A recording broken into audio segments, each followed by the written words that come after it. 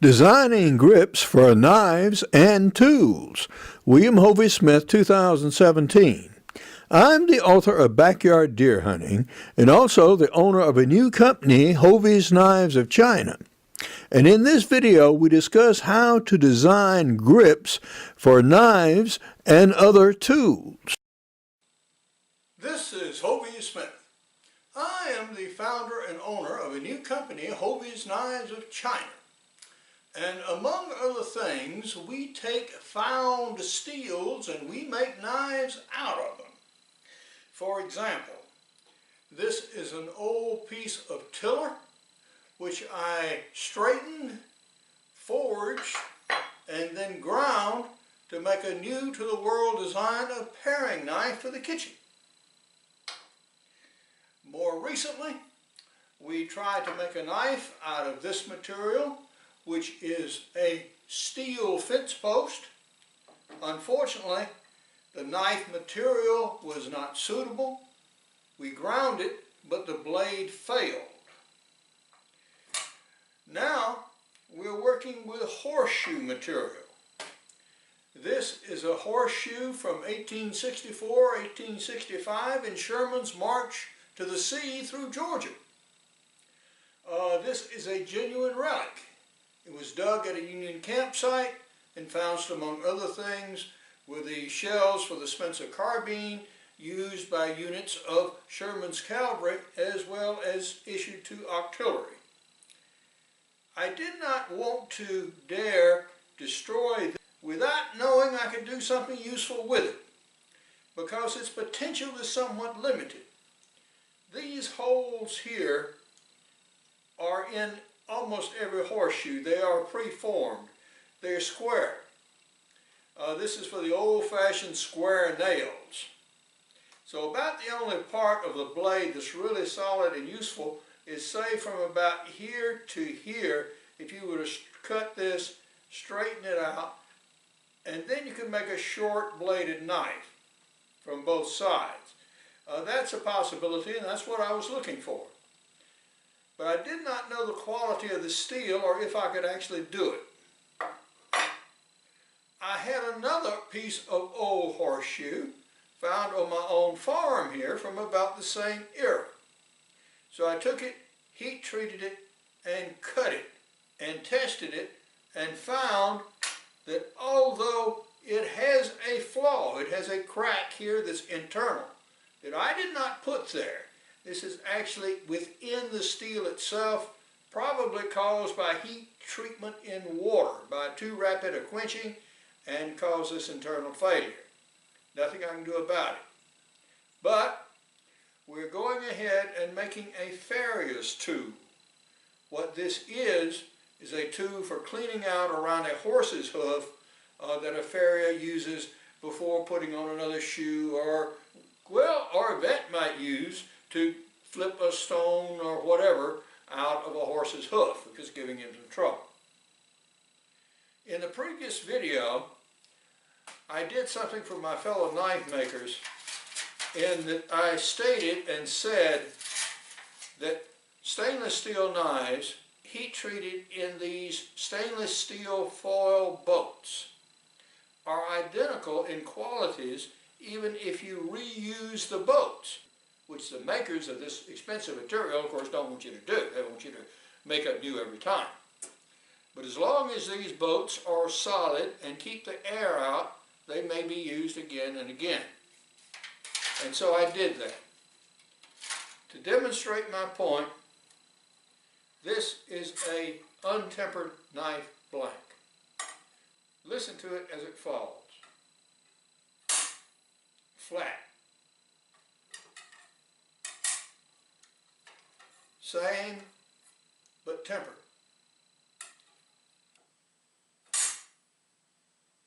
There's a ring to this that's not in this.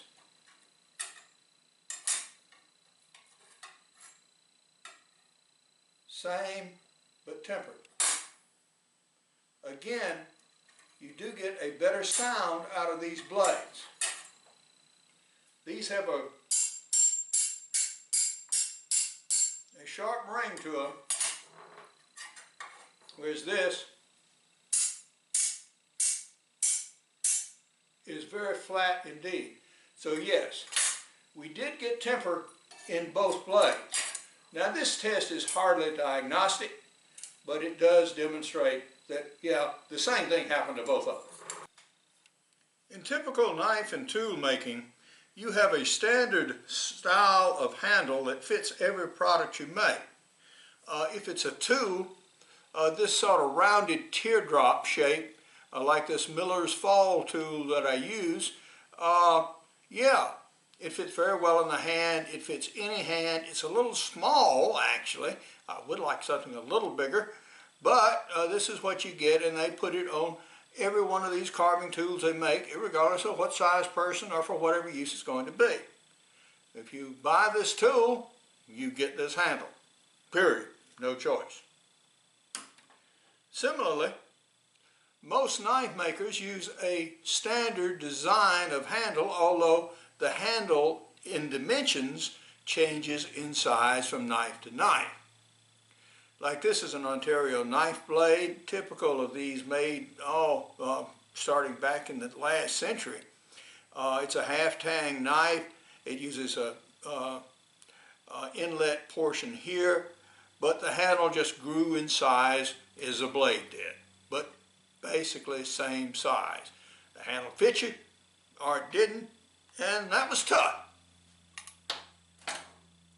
I take a rather different approach with my Billy Joe Rubidoux knives. For example, this is my paring knife. It has a rounded bulbous handle here, a flat top, and a flat bottom. All unusual features in knives. The bulbous handle fits in the palm. You rest the hand here on this wide portion of the tang here. It's very strong. Then you can carve with it and put real force on something without putting pressure on your thumb here.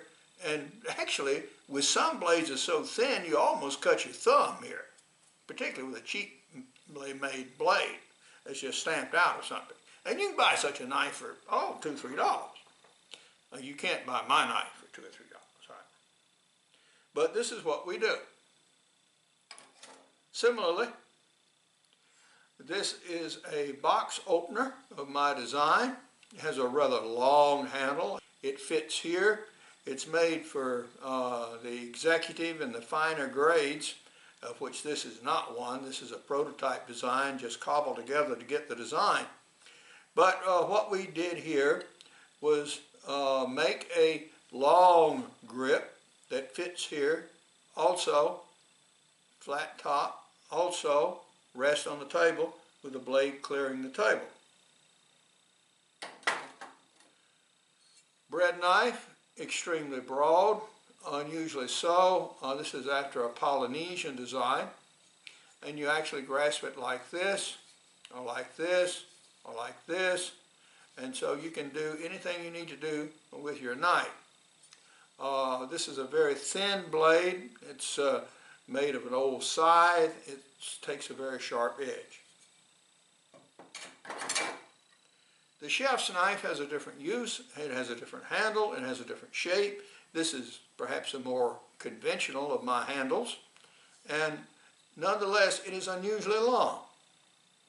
Most chef's knives don't have handles quite this long, and this allows a chef to do anything he needs to do with a chef's knife. This is our rib flipper. It's asymmetric. It's designed to be used by a right-handed person, and you put ribs on the grill and you flip them back and forth like this while holding the knife in the palm of your hand. Similarly, this grill tool has a rounded uniform handle, and it's made for scraping across a flat surface of a grill like this, gathering the material, cleaning your grill. And such a tool has been made for thousands of years by many cultures. This happens to be my rendition out of an old salvaged hoe. The present work is for cleaning horses' hooves. Now, when you clean a horse's hoof, typically you are sitting down, or at least the farrier is, and hopefully you are too, by the way. and you have the hoof coming up like this, holding it with one hand while you clean out and gouge with the other. So a lot of the motion on this tool is going to be either like this, if you're trying to hook something out and pull it towards you, or like this, if you're trying to get and push away, or like this, if you're just scraping around the edge. So these are the motions that you want to allow this tool to do and have it fit in the hand very comfortably. Obviously, most of the work is going to be done with this portion of the blade toward the work, either this way or this way. You don't want much of this sharp obstruction sticking up. This down here doesn't matter so much. You do want a nice rounded contour here so it fits well in the palm of the hand. And of course these protruding pins are going to be ground flush, etc., etc., as we finish the knife. You also want a place to rest your thumb, and that's the reason this scale is asymmetric and thicker on this side than this. So this allows you, even if you're a big guy, to have a place to rest your thumb so you can grasp it in the hand and still do a good job of pushing out. When we make these commercially, we're going to offer them in two sizes. We're going to offer them in a smaller size, about like this, for throwing in saddlebags or something like that to take on a trip with you. And we're going to give a longer handle version with a hole in it that you just hang up by the horse stall. So when you need it, it's right there. You just take it off the tongue, go around and do what you need to do with the horse and hang it back up. And you'll have it there in the barn where it needs to be and not have to go around looking in a toolbox for it. So that's how we're going to build these. So now we're going to get it in the cabinet grinder and start reducing some metal and wood and actually make a knife. When we put it in the cabinet, the first thing we're going to do is knock off all of these pins and start rounding this on the back. I'm not going to do all the pins at once because this adhesive is heat sensitive and it weakens with heat. So we'll do a pin, do a little grinding here on the back, let the knife cool, do another pin, do a little grinding elsewhere, and so on and so on and so on until we work the pins down.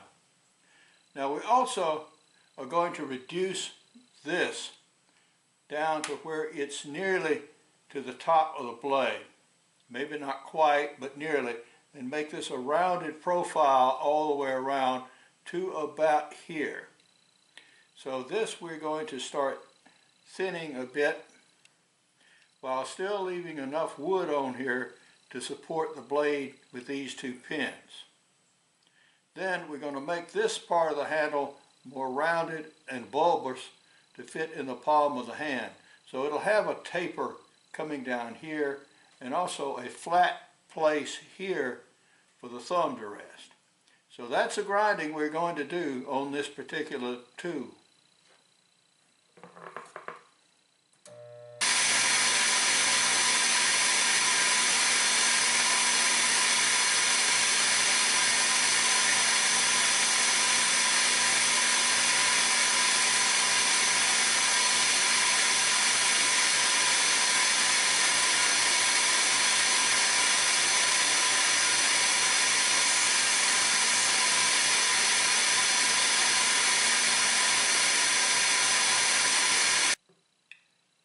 We are now well along with our grip shaping.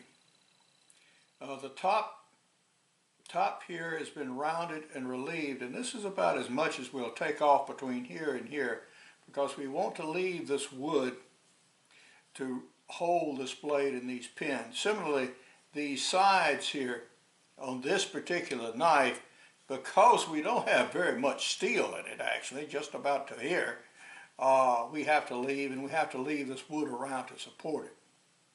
Now this is where we're going to put the thumb pressure point. So you put your thumb right here and that'll give you full pressure if you really have to gouge and push on here. Then we're going to continue this rounding in the back so it'll fit well in the palm of the hand. Now I have, for a guy, about a medium-sized hand. If a guy had a larger hand, he'd want the grip out this much further, and that would be no problem since I do these one at a time on a custom basis exactly for the person who orders them. Now also on the production knives, the tang will not have this problem because the tang is going to go all the way back through the scales. So it will be very well supported by these pins all the way back through. So that problem will be solved with the new knife. Otherwise, we're about done. I'm going to smooth this out a little bit. I'm going to use a grinding stone to take the last of this adhesive off that you see to keep it from gumming up my sanding strips. Because of the soft nature of this wood, I'm using a finer grit than I usually would to start off with. I believe it'll cut this fast enough to do what we need to do.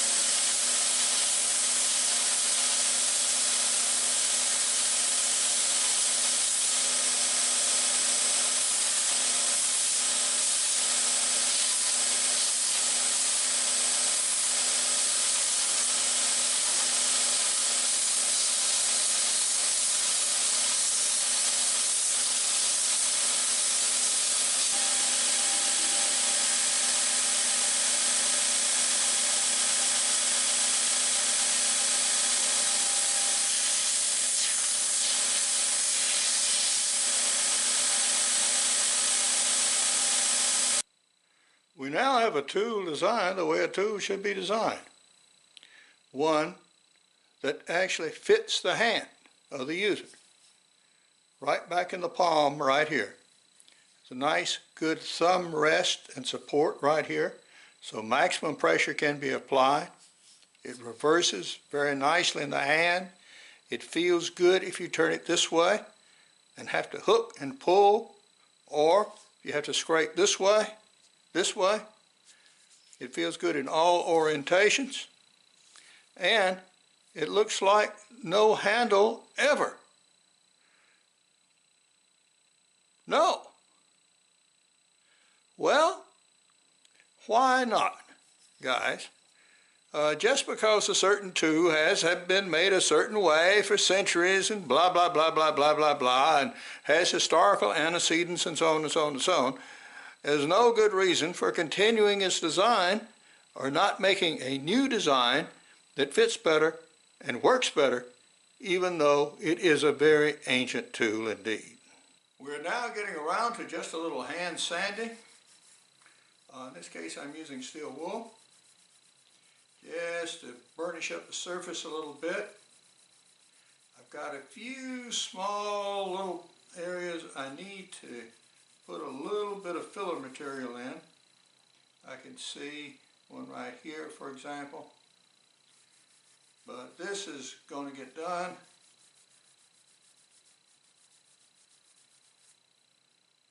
And we'll put a coat of polyurethane on it.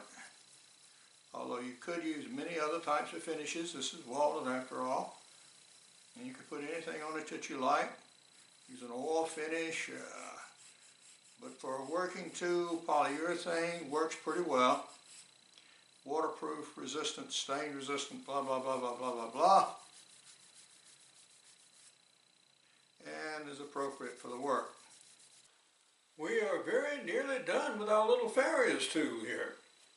I've sanded it, and I'm going to do a little steel wooling, and then we're going to paint up with some finish, stain, polyurethane, all in one, yeah, and stick it in the styrofoam block to allow it to dry. And I really like how it turned out. You'll see a close-up when I'm done, but it's turned out to be a very cute little piece with some real character and some very desirable functional characteristics. When you're flicking away like this, oh, it feels very good in the hand. It also works very well this way if you're going to pull, or even this way if you've got to scrape around the edge. So, yes, this tool will work really, really well. Now, there is a near relative of this called a pointer's tool. And it has nothing to do with pointing dogs. What it has to do With people who are doing restoration in old houses in the South that predate the Civil War, the mortar between brick is often very, very soft and may deteriorate. And you need a tool to go in between the bricks about ½ an inch and scrape out the old mortar so you can put new mortar in those holes and re-cement and seal and waterproof those joints. And that's what the point tool is for. And we're going to make that tool too, but we're going to make it a bit differently.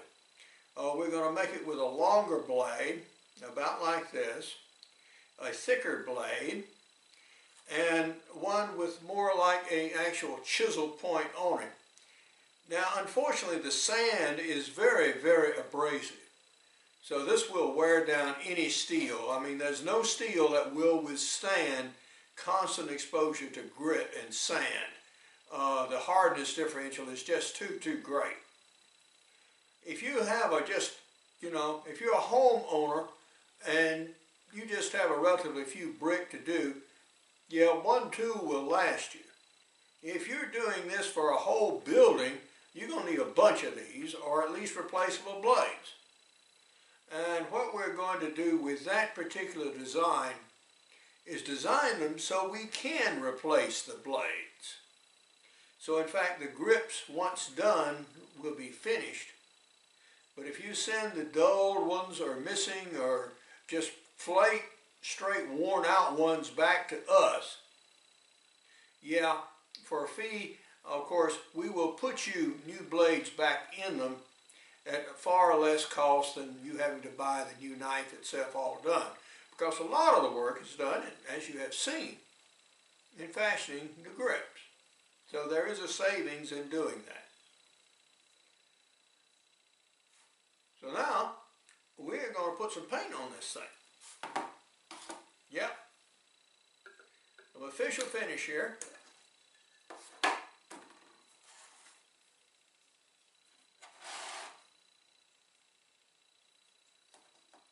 And if you're wondering what the strange looking block of styrofoam is, it's something that I have received,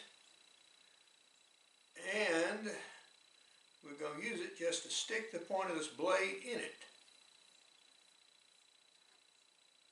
I'm being generous so far as the coating goes.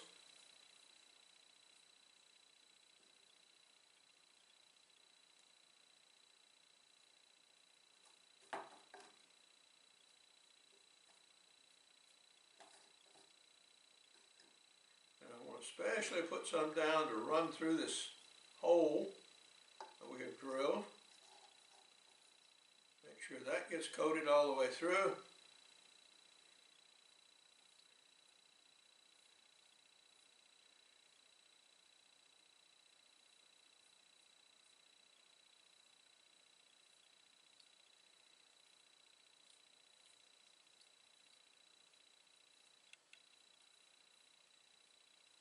Now when this dries, we will steel it and polish it a little bit more and give it a coat of wax. And so that'll hold this very well.